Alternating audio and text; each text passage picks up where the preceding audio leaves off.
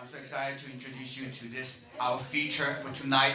I want you guys to start putting your hands together. Welcome to your love, Chris Bowman!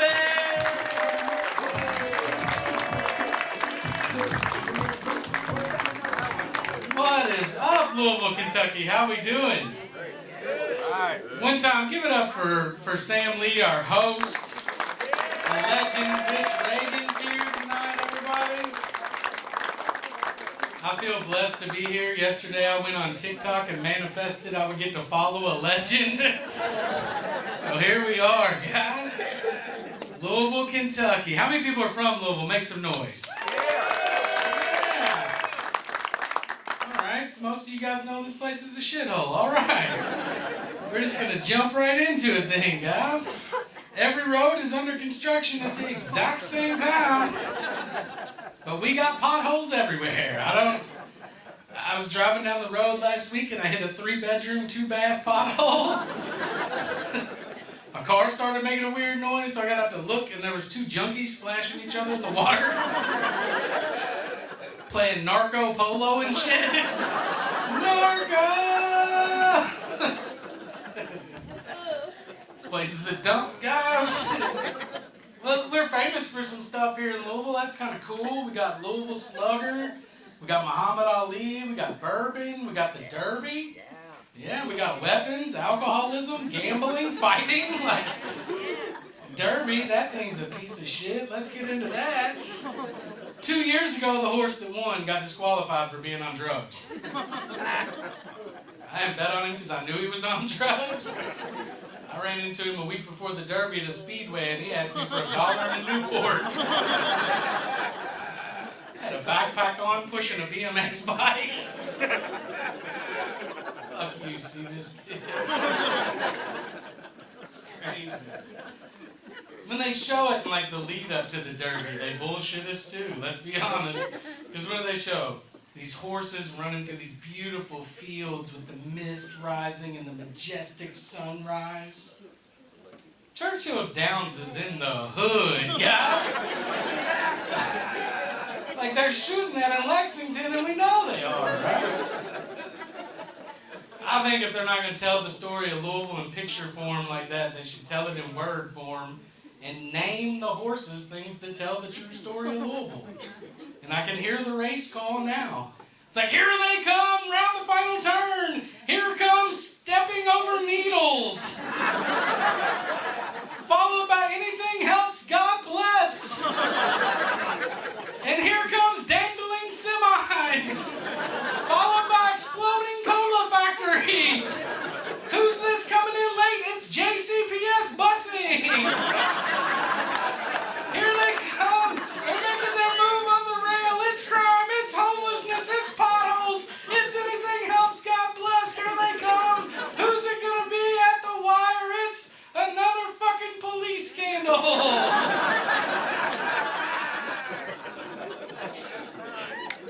Tell the story of Louisville, man. I've lived here my whole life. I can make these jokes. Don't get mad at me. I'm not an out-of-towner. I see the panhandlers on every corner. It's crazy. I had a crazy run. I'm a compassionate dude. I'll throw you a buck or two. But last summer, I had this crazy run-in with this dude, and it changed my opinion a little bit, guys. I'm broke. I don't have no AC in my car, so my window's down. I see this dude. He looks able-bodied and fit. He could be working, you know? Something came over me, and I just yelled out the window, "Hey, get a job!" And I was waiting for the light to change. Like, come on, man. Come on, man. Look back in my mirror, and he's running towards my car, and he's got like a random shoe in his hand. The light's still red, so I do what any of you all would have done. I doubled down. I said, "Get a job, motherfucker!"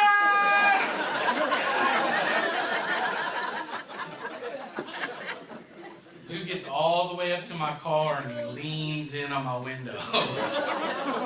And he says, "Sir, I have a job. I'm a firefighter. Would you like to donate to the Crusade for Children?" Or not.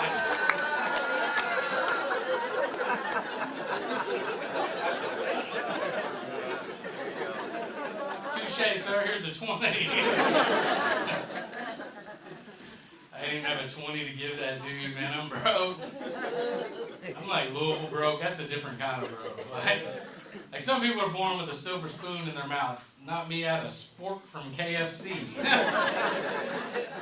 We were so broke as a kid, we lived in a car in a parking lot behind a restaurant called Pole Folks. Do you know how many layers of white trash that is in one sentence? All of them. I'm actually trying to save up money right now, though, so I can be a sugar daddy. Ladies. Problem is, I checked my bank account, and at best I could be like a Splenda daddy. A sweetened down low daddy, you know? Trying to find somebody to aspartame this dick. That's what I'm getting at.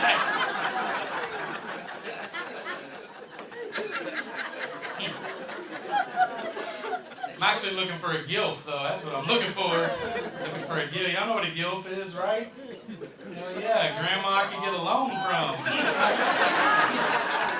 It's tough out here in these streets, man. Weird times we're living into. It is weird times. I just read that they gave $40 million to Saudi Arabia to make a woke version of Sesame Street. Did y'all see that shit? I could use some of that 40 mil. Sesame Street's already the most inclusive show ever. They had a puppet for everything. There was a woolly mammoth and a bird and an unhoused person living in a fucking garbage can for 40 years. Let's get that dude a roof over his head. I don't know. It just seems like a waste of money. Like, you're gonna make a woke version of something. Make a woke version of like Dr. Seuss. Give me that. You know what I mean? Like the Horton, here's a who, they, them. Give me that. You know what I mean? Sure, I'd like to suck cocks in a box with a trans person dressed as a fox. Fuck yeah! Sign me up. It's weird, man. I had my own lawn and landscape business here for years, and I had to get rid of it. I sold the company because I just couldn't find people to work. I set up 9 interviews for one Friday, and of those 9, one person showed up for the interview. And listen, there were red flags. There were lots and lots and lots of red flags, but I need a body, right? So we proceed with the interview. First question, do you have reliable transportation? She's like, no. I was like, damn, okay, are you proud of that? That's weird. Part of town you stay in, I can give you a ride. We can work around it. That's when she told me that she stays at the extended stay motel in Valley Station. Strike 2, 3, 4, 5, all rolled into one. You made some questionable life decisions. But I need a body, so you're hired, right? Monday morning rolls around, everybody, and she was on time for work, ladies and gentlemen. Yeah, because I gave her a ride. So we're on our way to the first job. I realize the work truck needs gas, so I get out to pump the gas and realize I have left my wallet in the truck. Ooh is correct. So I go open up the door handle, and that's when I startled her. Caught her red-handed in the act. She was sitting there all big-eyed, looking like that thing off Squid Games. And like, I should have known, because what's that saying? If it walks like, or no, if it talks like... It was meth, guys. She was smoking meth. My work truck, 6 a.m., hitting the chicken bone. I'm like, what the... You know what? She might weed eat her ass off today.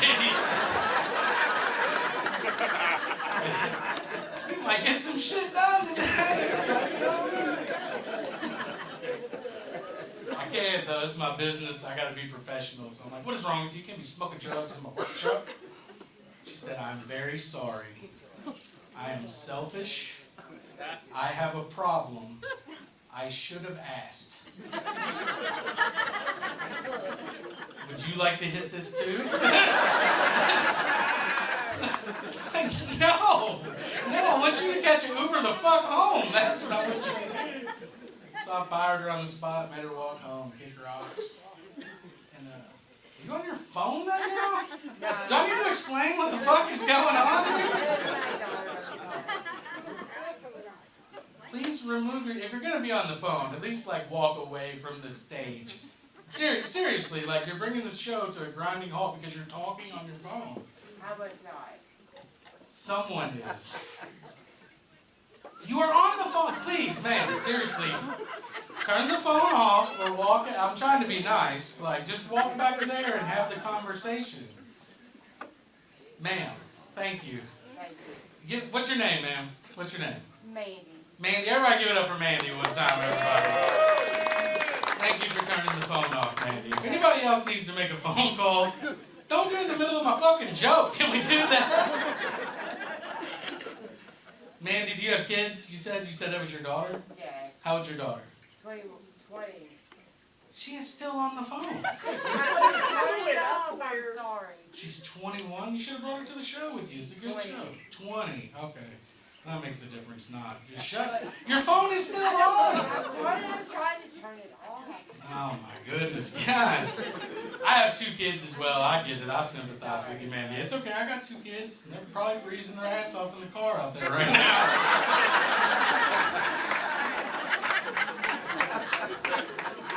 Left the window cracked. Don't judge me. I'm a good dad. I'm gonna be out there smoking blunts. I'll make them crack the window. You know. It's weird times trying to raise kids these days. It's weird. I was just recently diagnosed with this medical condition, and it affects my overall health and my brain condition, and it's called having a teenager. It's scary. You might have teenagers other than this lady. Make some noise if you got teenagers. It's awful. They have their own language they speak in these days. Son comes home like, what, the skibbity toilet? I'm like, what the fuck? What did you say? He came home talking about this new girl at school, and I'm like, oh, is she pretty? He's like, yeah, I got her snapped because I got the Riz. I'm like, all right, I'll take you to the doctor on Tuesday. Couple weeks worth of antibiotics, you'll be good as new again.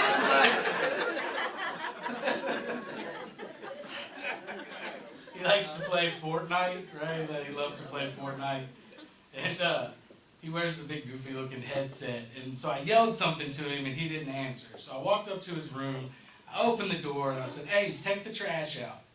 And he looks at me and he goes, nah, cuh. I said, what did you say? He goes, nah, cuh.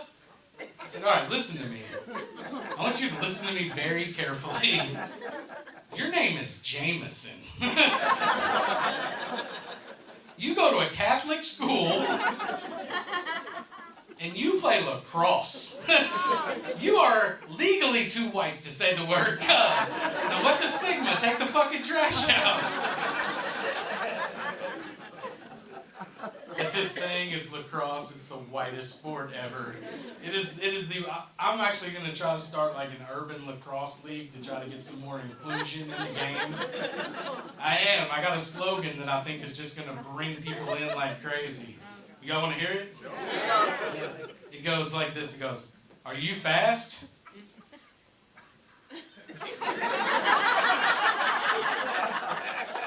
Would you like to hit white kids with sticks? Come with me, I got a game for you. It's fun, man. It's fun. Oh yeah, the phone call interrupted the end of that other joke. Let me backtrack a little. So I fired the lady, made her walk home. Okay, right, she was smoking drugs, remember that story? And I did go back and rehire her though, just so everybody knows. Because she started walking and I crunched some numbers and figured out how much I was going to save not having to add her to our dental plan.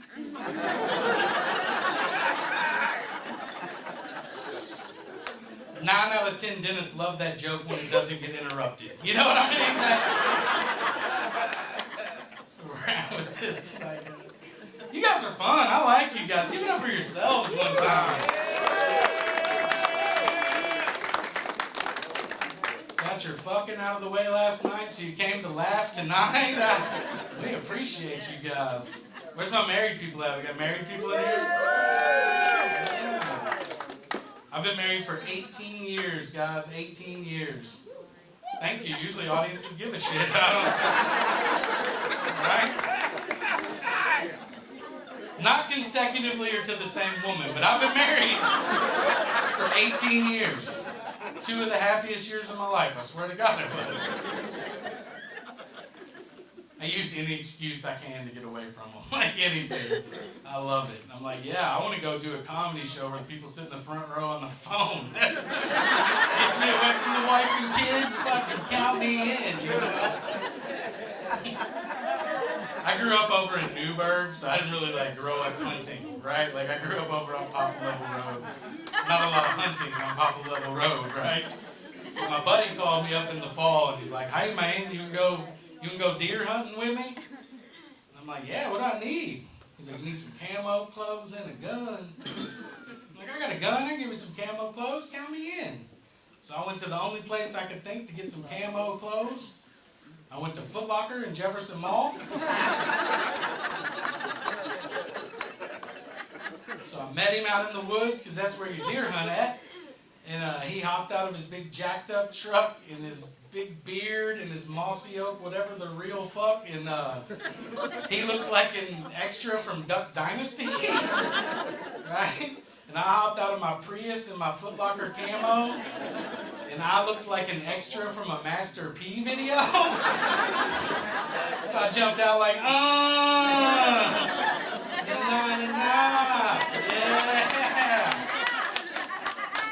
He did not find it as amusing. He's like, you're an idiot. He's like, did you bring your gun? And he pulls out this big old rifle with this bipod, big scope, camo wraps. And I'm like, yeah. So I pulled out my 9mm. He's like, you're an idiot. Right then it hit me, like I got this pungent odor right in my face. And I was like, dude, what is that smell? He's like, it's doe urine. I go, like deer piss? And he's like, yeah. And I was like, did I step in it or like? He's like, no, you gotta rub it all over you. I said, why the fuck would I do that? He's like, well, it gets the bucks all horny, gets them all worked up, they get all fired up. I was like, dude, I think I misinterpreted your phone call.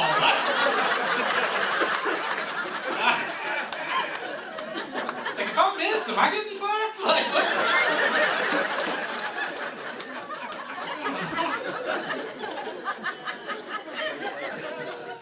I'm like, all right. He's like, you're an idiot. I'm like, all right, what do we do now? He's like, well, we got to be real quiet and we got to sneak out to the blind. I was like, why the fuck are the blind hunting? Like, this doesn't sound safe. He's like, you're an idiot. Like, let's go. So we take off through the woods, and I'm following his lead because I don't know what I'm doing, right? So he's sneaking through the woods, trying not to make noise on the leaves, right? And I'm sneaking behind him. The problem is my Foot Locker camo was a windbreaker. So with every step, I'm like,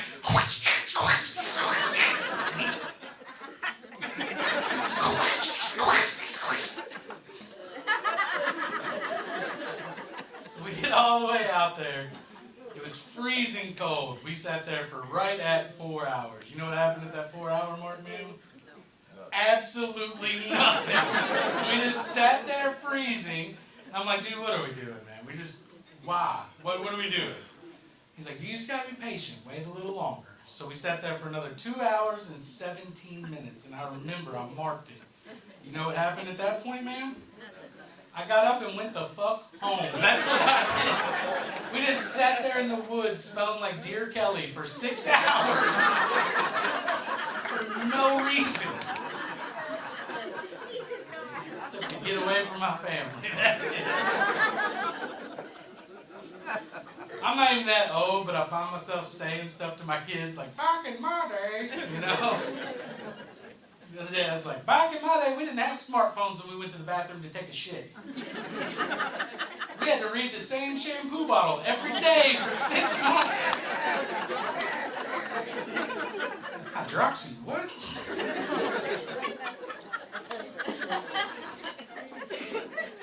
We didn't have smartphones for personal time either.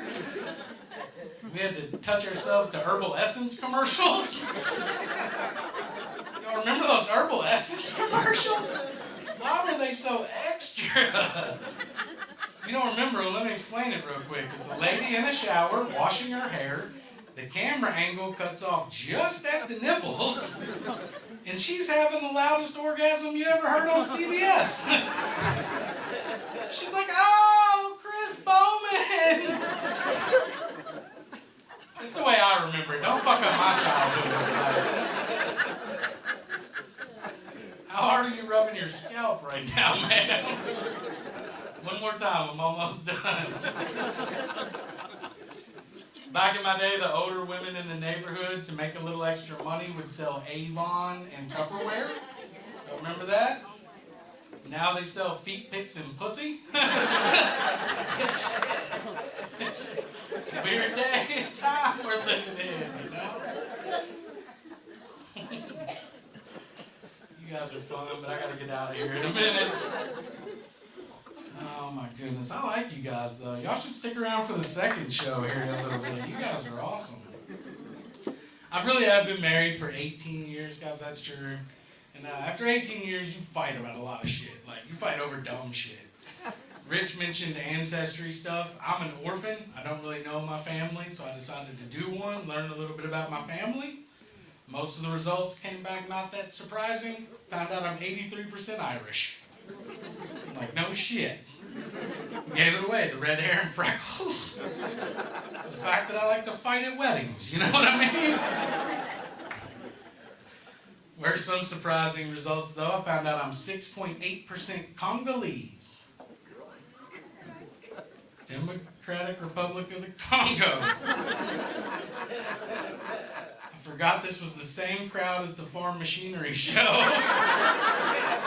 Like performing in the lobby of a Cracker Barrel, but you crackers are making this awkward. I'm black.